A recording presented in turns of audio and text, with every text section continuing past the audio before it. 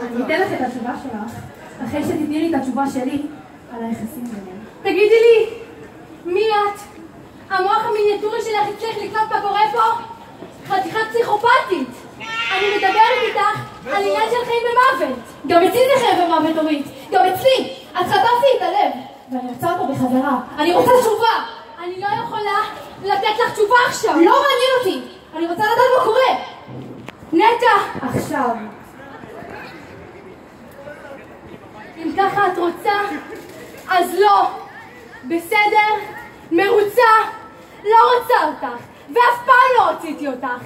ועכשיו, את תסתכלי על התמונה של הילד שלי ותגידי לי אם זיהו או לא. בסדר.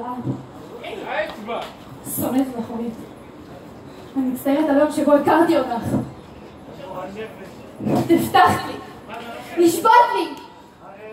1.5 אני מחכה לך. אני הולכת לספר לבעליך הכל. הכל. לאף אחד לא מגיע לספור אישה כמוך. את תעשי את זה ואני מורידה לך אצבע, נטע. את האצבע הטובה. את לא מאיימת עליי. אני הולכת עליו. אני הולכת עליו עכשיו. את תתעסקי איתי עכשיו, נטע. את רק תתקרבי לה ואני... עכשיו, תגידי לי לאיזה כיוון היא הלכה. לאיזה כיוון הסקילה הלכה? אני לא יודעת לאן היא הלכה. זה לא מצחיק אותי! נטע!